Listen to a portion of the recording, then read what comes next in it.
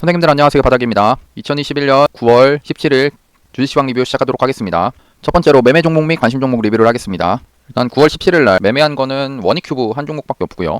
얘 같은 경우에는 이제 홍준표 후보 관련된 종목이어서 이 9월 15일 날 매수를 했었는데, 그러고 나서 이제 이 9월 10월 수요일 날 매수한 뒤에 목요일부터 해서 목요일 날 밤에 토론회가 있었거든요. 근데 그 토론회 나오기 전 목요일 날 이제 종가에 홍준표 후보 관련된 종목들이 크게 상승을 좀 이어가 줬습니다. 아무래도 그 홍준표 후보 이미지가 토론회 강하다라는 그런 이미지 때문에 또 시세가 더 한번 토론회가 좋은 결과가 나와서 시세가 나올 것이다라고 그렇게 예상하면서 종목들이 상승을 하고 있는데, 근데 이게 막상 까고 보니까 이 토론회 결과가 별로 좋지 않아가지고 아침 시가 갭 하락하면서 이제 밑으로 떨어졌고 저도 그냥 손절을 하게 됐습니다. 손절했을 때 한 1.64%로 손절했고, 여기 앞에 있는 저점 구간을 손절 잡고 그냥 매매를 했었는데요. 조금 아쉬운 결과가 나오지 않았나 싶습니다. 그리고 관심 종목들 한번 보면은 일단 DPC인데요. DPC가 아직까지 매수가 안 됐네요. 1차 매수. 얘는 8월 31일 날 관심 종목 뽑았는데 한 달이 됐는데도 아직 매수는 되지 않고 있습니다. 여기 14,000원에서 1차 매수를 하려고 기다리고 있는데 아직 매수가 안 된 상태고요. 근데 그냥 차트는 이런 박스권을 계속 만들면서 큰 움직임을 보이지 않고 있어가지고 계속 여기 좀 떨어지는지 한번 기다려 보려고 하는 거고요. 그다음에 차트 자체는 이제 120선 이 구간에서 매집을 하고 있어가지고 매집을 하는 모습이 보이기 때문에 매수를 하는 겁니다. 앞에 또 그리고 이렇게 크게 상승을 했던 모습이 나오는 걸 확인하면은 이런 것들이 이 세력이 존재를 하면서 크게 한번 시세를 끌어올려줬다라고 볼 수 있는 거거든요. 그러면은 다음에 주가가 이렇게 떨어졌을 때에도 다시 한번 얘는 이제 끼가 있다라고 표현을 합니다. 이런 끼 있는 종목들은 다시 추가적으로 상승할 때 크게 상승을 해주는 경우가 많습니다. 그리고 인성정보는 이제 전에 매수를 다 해서 여기 1차 매수 이 구간에서 매수한 다음에 이제 상승분이 이렇게 나왔는데, 지금 관심 종목에 계속 넣어놓는 이유는 이 종목이 이렇게 해서 떨어졌을 때 이 그러니까 상승이 어디까지 나오는지 확인을 하는 거고, 그 다음에 하락이 이제 조정이 나오면서 반등이 어디서 나오는지 이런 것들을 이제 공부하려고 같이 좀 뽑아놓고 보고 있는 겁니다. 일단 이 종목 같은 경우에는 이 앞에 전고점 구간도 있죠. 이런 전고점 구간에서 반등이 이제 나와줄지 한번 봐줘야 될 것 같은데, 근데 벌써 앞에 이 5일선 구간에서 이게 핑크색 선이 5일선에서 반등이 이렇게 한번 나와줬기 때문에 지금 다시 반등이 이렇게 나와줄 수 있을지는 한번 공부 차원에서 보는 거고요. 그 다음에 이현제약 같은 경우는 이제 여기 1차 매수가 됐고요. 55,000원에서 매수된 뒤에 그냥 기다리고 있습니다. 다음 부강약품은 이제 손절이 나갔네요. 오늘 금요일날 손절이 나갔습니다. 얘 같은 경우에도 이제 1차 매수가 여기, 2차 매수가 여기면은 평단가가 여기죠. 그럼 평단가 대비해서 손절을 했을 때 한 6% 정도 손절이 나갔는데, 뭐 손절은 아쉽지만 그래도 이게 힘이 없는 종목에서 계속 물려있는 상태로 시간이 지나고 하면은 그것도 큰 로스이기 때문에 이런 것들은 그냥 손절을 하고 다른 종목을 잡는 게 더 좋습니다. 그러니까 올라가는 종목을 이제 잡는 게 중요하고요. 그다음 유바이오로직스입니다. 유바이오로직스는 얘는 그래도 매수가 참 잘 됐죠. 여기서 1차 매수 되고 여기서 2차 매수 됐는데 그 다음부터 그냥 쭉 지금 잘 가고 있습니다. 평단가 대비해서 평단가가 여기면은 대비해서 지금 11% 정도 상승을 해주고 있고, 이제 시세가 이런 전고점 구간 있죠. 이런 전고점을 넘어주려고 하는 그런 모습들이 지금 보이고 있기 때문에 움직임은 괜찮지 않나 생각합니다. 여기를 넘으면은 다시 한번 주가가 이렇게 추가적으로 상승을 한번 해줄 수 있겠다 생각을 하거든요. 그다음에 시너지 이노베이션은 얘 같은 경우는 딱 밑에 120선이 이렇게 있습니다. 120선 밑에서 이 구간에서 뭔가 매집을 하고 있고, 여기 4,400원 정도 여기를 돌파를 하면은 추가적으로 상승이 시세가 이렇게 나와줄 수 있지 않나라고 생각하면서 이 종목을 지금 여기서 1차 매수, 여기서 2차 매수 지금 기다리고 있고요. 매수한 상태로 어떻게 되는지 한번 계속 보겠습니다. 우리기술 투자, 얘는 이제 비트코인 가격이 요즘에 또 추석 연휴간 하락을 했는데, 일단 여기서 1차 매수 됐고 여기서 2차 매수를 한 상태로 지금 기다리고 있는데요. 여기서 어떻게 상승이 더 나아줄지 아니면 떨어질지는 한번 지켜보도록 하겠습니다. 다음 노랑풍선도 벌써 한번 시세를 먹었죠. 여기서 이제 매수를 우리가 했었고요. 9월 8일날 뽑아가지고 이런 구간에서 아마 여기서 매수가 됐을 텐데, 매수하고 나서 이렇게 크게 상승이 나왔는데 이 상태에서 종목이 언제 죽는지 이런 것들을 공부하기 위해서 지금 뽑아놓고 계속 관심 종목으로 보고 있는 겁니다. TYM도 지금 여기 매수, 그다음에 여기 2차 매수 기다리고 있는데 아직 2차 매수는 안 됐고요.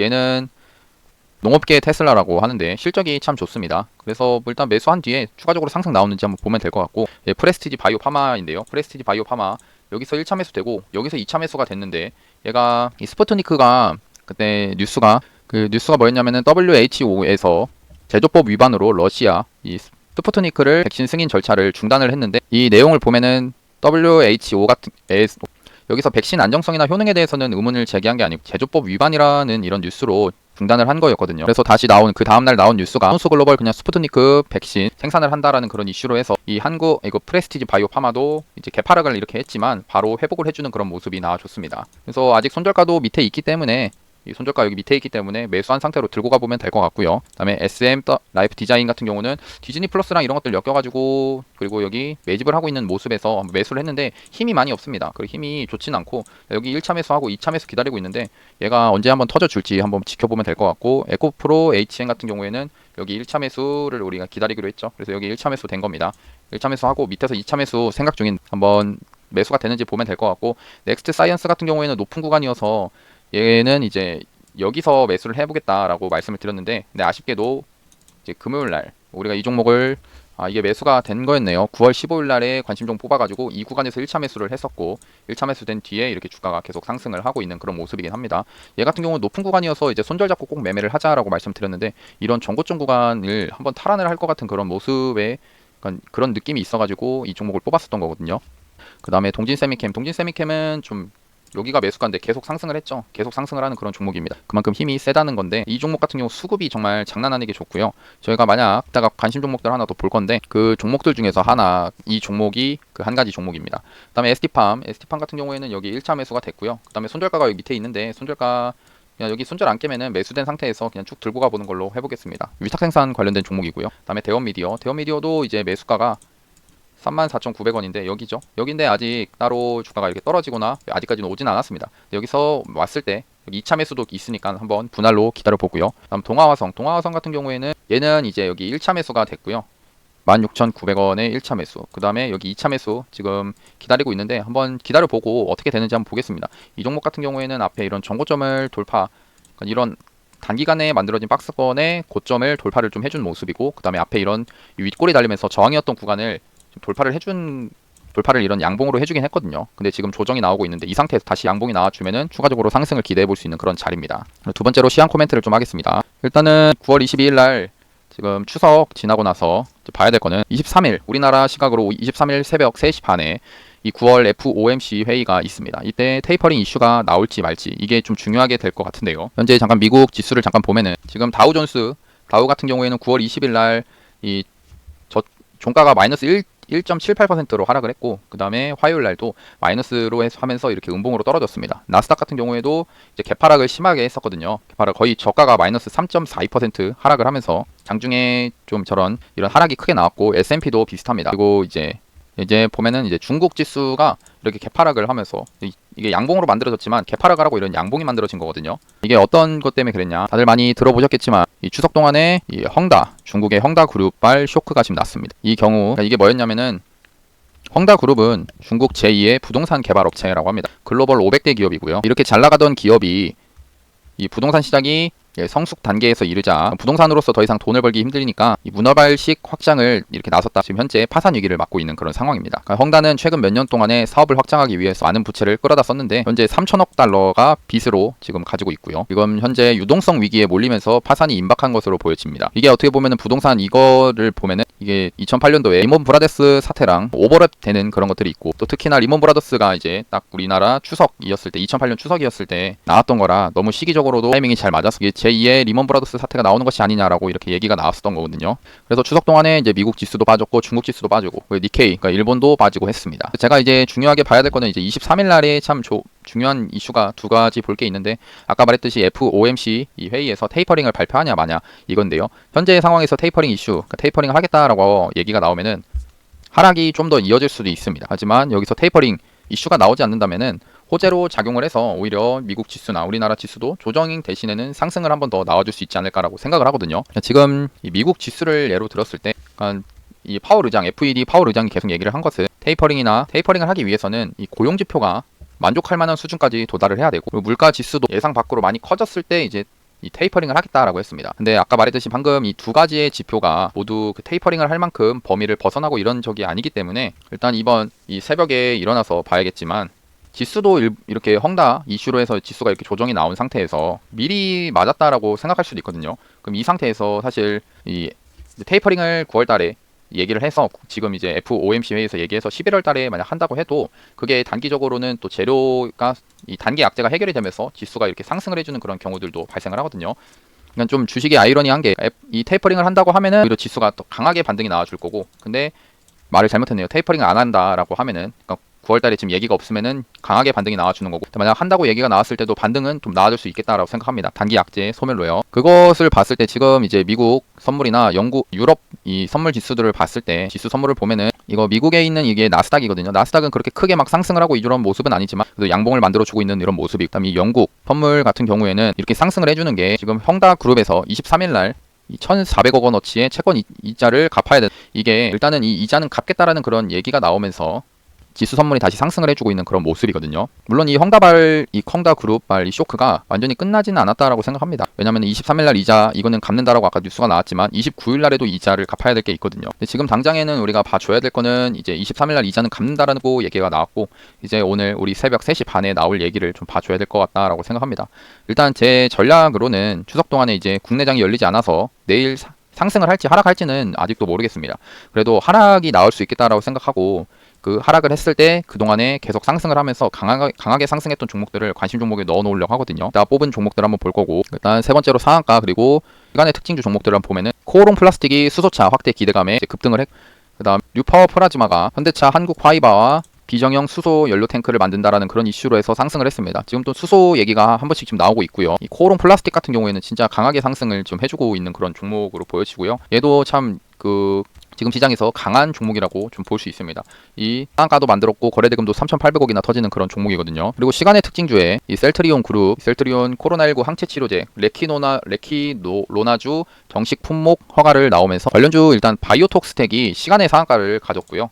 얘가 시간의 상한가, 그 다음에 셀트리온 제약, 다음 대정화금, 셀트리온 헬스케어 이런 종목들이 추가적으로 시간에서 이렇게 상승이 좀 나와주고 있는 그런 모습입니다. 그리고 셀트리온 같은 경우에는 지금 주말에 얘기 나온 게 미국 정부에서 신속 항원 키트를 이제 공급한다라는 거고, 이게 금액이 꽤 크거든요. 이 셀트리온이 계약 규모가 하나로 약 7,400억 원 정도의 규모를 이제 체결을 했다라는 겁니다. 구매 계약을. 작년 셀트리온 영업이익이 7천억이다라는 거를 보면은 정말 큰 수치라고 볼 수 있고, 이것과 관련돼서 이제 엮여 있는 게 휴마시스가 한번 저런 이 셀트리온에서 만든 신속 항원 키트 얘기가 나올 때 추가적으로 상승 크게 나왔던 그런 종목이었거든요. 그래서 이 종목이나 팜젠 사이언스, 엑세스바이오도 좀 엮여서 상승이 나와줄 수 있지 않을까 생각합니다. 물론 이런 셀트리온 관련된 종목들도 상승이 나와줄 수도 있는 거고요. 그리고 지수를 잠깐 보면은 이제 금요일날 그래도 이런 양봉을 만들면서 끝이 난 그런 모습이긴 합니다. 이렇게 양봉이 만들어졌고요.